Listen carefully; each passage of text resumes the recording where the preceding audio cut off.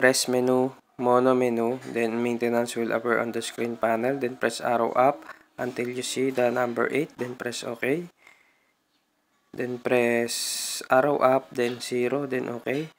Press the mono or the color button. Then find the purge count.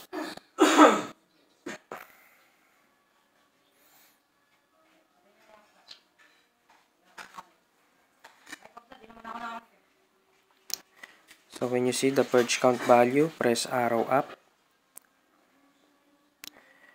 2.